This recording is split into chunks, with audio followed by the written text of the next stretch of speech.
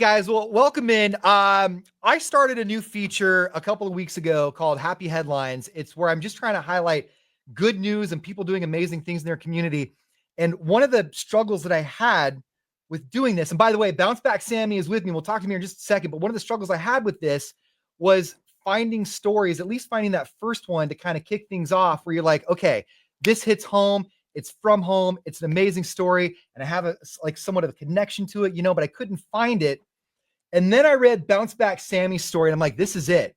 This is the guy that's going to kick off this entire feature because I absolutely love everything that this man is doing.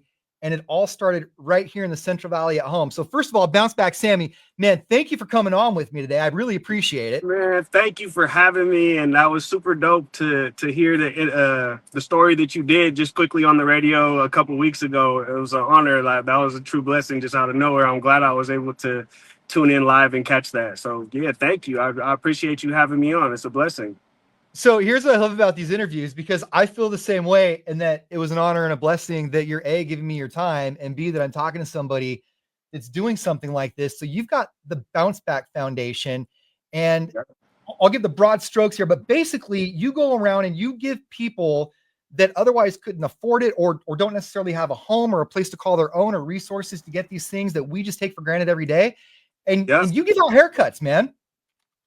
Yep, that's what we do. It's the Bounce Bacc Foundation. It's something that I started in Oakland probably 7 years ago as just an idea. When I was kind of homeless in Oakland, struggling, living in a friend's driveway, it started off as like a clothing drive. I just felt really compelled to go out and just give a bunch of my stuff away, because even just a clean outfit or something stylish to wear could make a big difference. So that's how it started off, just handing out clothes, giving shoes away. But eventually, I run out of clothes, run out of all my stuff. And now, fast forward 5-6 years later, I went to barber school, just got my barber license. And I've always, I don't know, my heart goes out to the struggle, because I spent a lot of time homeless on the street. I had some mental health issues, and certain events just happened where I just ended up outside, literally just kind of stranded, like kind of wandering. So now my heart goes out to the people outside, and I know how much a haircut can do, because when I was homeless, I got a handful of haircuts that really just changed my life, really. Just the fact somebody was going to take care of me or pay for a haircut or bring me into their house and offer to give me a cut. So yeah, after I graduated barber school, on slow days at the barber shop, I was just hanging out, not doing much. And I was like, you know what, let me just go downtown and see if I could do these bounce back cuts. Because it was always an idea of mine that I was going to do. And I just kind of took the first step and made it happen. And a lot of people have responded good to it. So got some good feedback, and it's only inspired me to want to do more. So yeah, it's been that a blessing. First step, right? Because you're probably a little bit like me. Like, you thought about it and thought about it and thought about it and said, this is the week I'm going to do it. And then you thought of a reason why you couldn't do it that week, and you kept thinking about it and thinking about it. And then once you took that first step, I mean, that's game on, because from there on, it's on you. You'll have people all around you saying, this is a great idea. How can I help? But you have to carry that mantle. You have to carry that torch, and you have to keep that alive. And if it doesn't stay alive, that's on us, right? No, it's definitely. A scary proposition. Yeah, definitely. Just about, that's what I've been trying to do this last year. Just not really talk about it. Don't really share too many ideas. Just go ahead and just do it. You know what I mean? And then people like me come along, they're like, blast them everywhere. Take that leap of faith. Yeah, I love it. So talk to me a little bit about, I don't know, and it's none of my business, so you don't have to say anything. I don't know if addiction was ever part of your story, but I, I'm sober. Addiction was a huge part of my story growing up. Yeah. And I see stories like yours, and my heart goes out because even though addiction was a huge part of my story, I had support. I had people around me. I had everybody around me saying, what are you doing? Whenever you want to get right, we're here for you. Yeah. And a lot of the people that you come across, they don't have people like that saying, whenever you're ready to come around, we're here for you. When I was going through my stuff, when I was asked to leave businesses, or I smelt bad, or I could barely put sentences together, I wasn't broke and destitute on my own. I was just in the throes of addiction, but people were there to help me. And you're meeting people that A, are going through addiction, and B, don't have support at all. Yes, no, definitely. So that's what we try to do by being outside. Some people just need just somebody to fall back on, just a little conversation, just spread some light and just let people know they're not alone. You know, some people do actually care. So Man, yeah, you're gonna make me cry, dude. yeah, it gets deep. I cry often on stuff like this.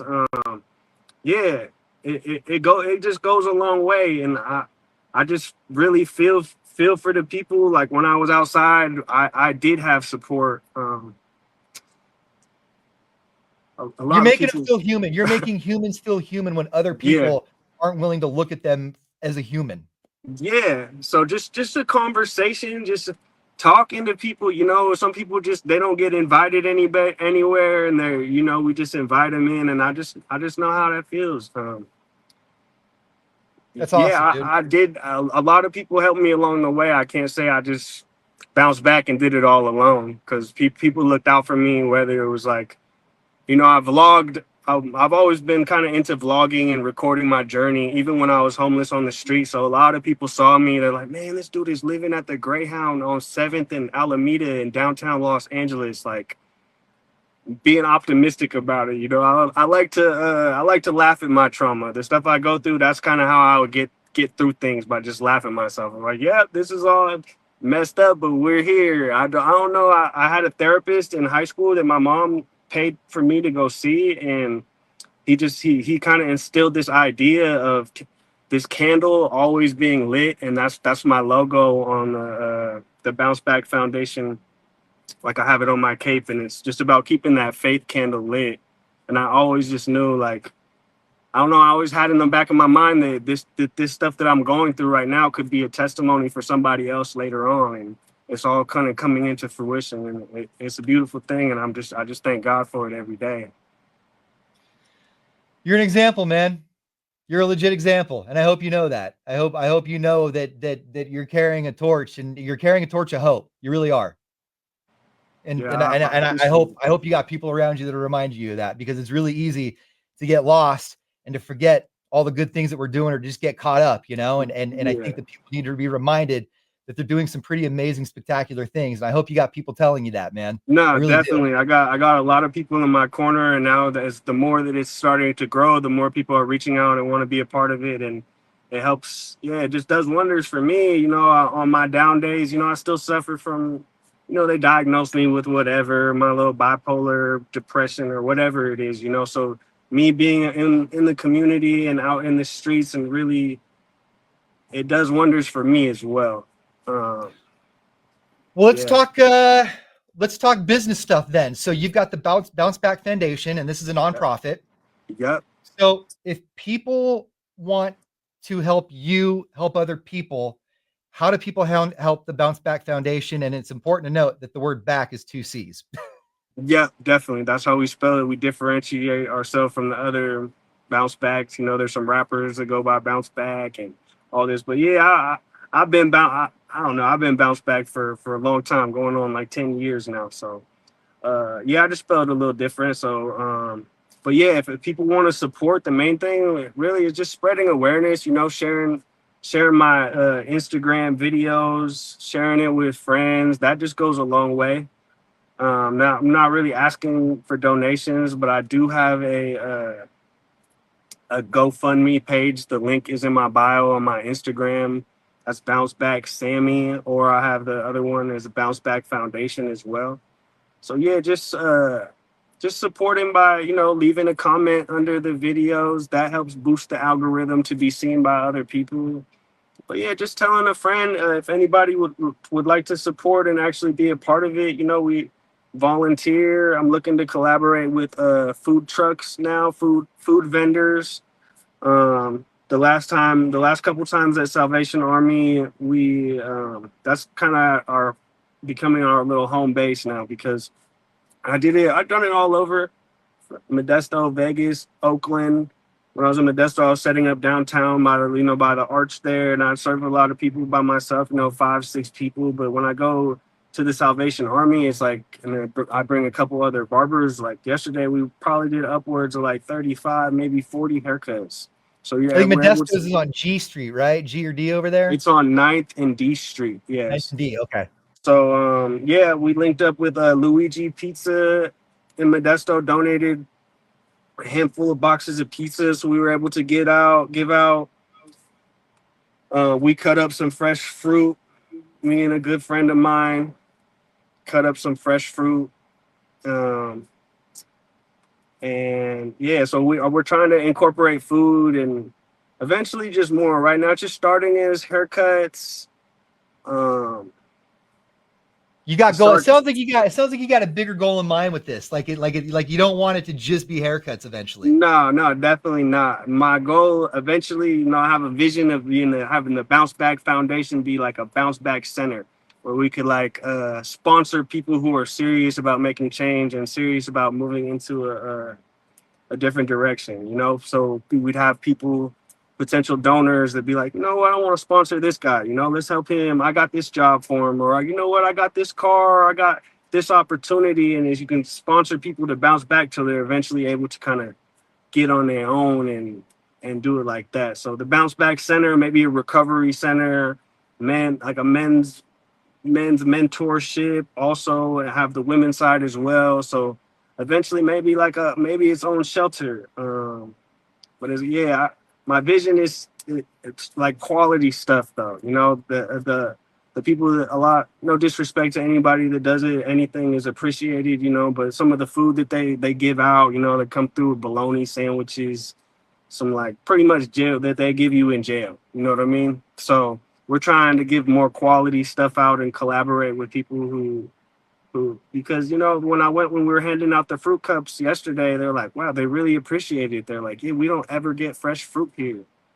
So it's like Right. refreshing, some healthy stuff. And yeah. It's that. So I mean, it's that. I think it's that mentality. Like if you tell somebody you're only worth a bologna sandwich, then they'll start to believe that they're only worth a bologna sandwich, and then they carry that exactly. with them. That's how they live. Definitely. Yeah. So you get it 100. So Man. Okay. So I know you're busy. You're at your barbershop right now. So I'll finish up with a couple of things here. no, One, take your where's your time. barbershop? Where's your barbershop at? It's in Oakdale. Okay. Yeah, I got a little spot out here in Oakdale that I Are you by finally that moved. donut shop? Yes. Are you really by Oakdale that donut shop? Oakdale Barbershop. Yes. I I think I saw you sitting in there the other day. I went to that donut shop for the first time ever because I was looking for a place that had a donut with whipped cream. And I saw that barbershop, like, man, I need a cut right now, but I got to go because I'm on my way to work. Oh I know dang. exactly where you're at. Okay, it's by the Togos over here, right? By the Yeah. Papa Murphys. By the Papa Murphys. Yeah. Yeah, Yeah. come I on pass by by. there all the I time, got bro. you. Yeah, I got you on a cut. All right. I'm going to come in and say hi then. All right. So that's where your barbershop is at. And then when it comes to you, when you're doing your cuts out in the community, I know you've been spending a lot of time in Oakland. I've been watching your Insta. I know you're out here. Like, do people just got to follow your Instagram and they kind of know where you're going to be that day? It's kind of just random pull-ups. I do have some people that hit me up saying, "Hey, I need a cut. Can you come over here?" It's kind of hard for me to travel and give individual haircuts at. It's just kind of like where I'm at. Usually the Salvation Army in Modesto is kind of becoming a home base for us. But yeah, I like to travel a lot, and I like to get back in the areas that I was down at, where in Oakland a lot. I was homeless in Vegas for a little while during COVID when everything was boarded up. So I went out and did some charity cuts in Vegas. Uh, Spent some long horrible nights in Fresno and Bakersfield. So I plan on getting out there, Stockton. We did one in San Francisco. So yeah, I just like to do it kind of random. Yeah, I don't really have a quite yet. I haven't done any like, hey, I'm gonna be here on this date. Come get cut, because it started off just me, and I probably do 10 cuts in a day, as many as I can. But now that I have a group of other barbers, we come like 5 deep. We can do like 40 haircuts, something like that. We can each do 8 cuts. So I'm able to make a way bigger impact with the other barbers. So I'm really thankful for them. You know, these other barbers come out and give up their time away from the barbershop when they could be making money to get back into the community. And they really got it. They really love to do it. And when they come and they see it in person, how impactful it is, they want to come and do more too. So it's really inspiring. And I'm just really thankful that I have some support, especially, you know, like locally from you guys. And yeah, it's just endless. I'm just super thankful. All right. So online, it's at Bounce Bacc Sammy, BOUNCEBACC, Sammy, SAMMY. All one word? Sir. Yes, sir. That's my Instagram, all one word. Yeah. All right. And then, I mean, to that, man, I guess I'll just finish this with saying thank you very much for doing what you do. And my show is an open invite. Anytime you got something going on, you just let me know, man. I'm happy to. I love what you're doing, dude. I mean that. Like sincerely, I love what I feel it, dude. I feel it. Absolutely. It means a lot. Thank you. Thank you for the recognition. And it's always cool talking to you, man. You're a super cool guy. And I was telling you, you got these punchlines too. You miss your calling as a rapper. You got these metaphors and these punchlines. I love them. You're just a good speaker. You're cool to talk to, man. So anytime. You know what it is, dude? I start out good, but then I've got what they call the white boy overbite. Yeah. Oh, okay. It kills all my credibility, dude. Tripping on your words. I love it, man. Well, hey, man, thank you again. I'll cut you loose, get back to work, dude. But like I said, anytime, man, anytime you want to come on, you're in. Absolutely. I appreciate you, Ian. Have a great one. You too. God bless.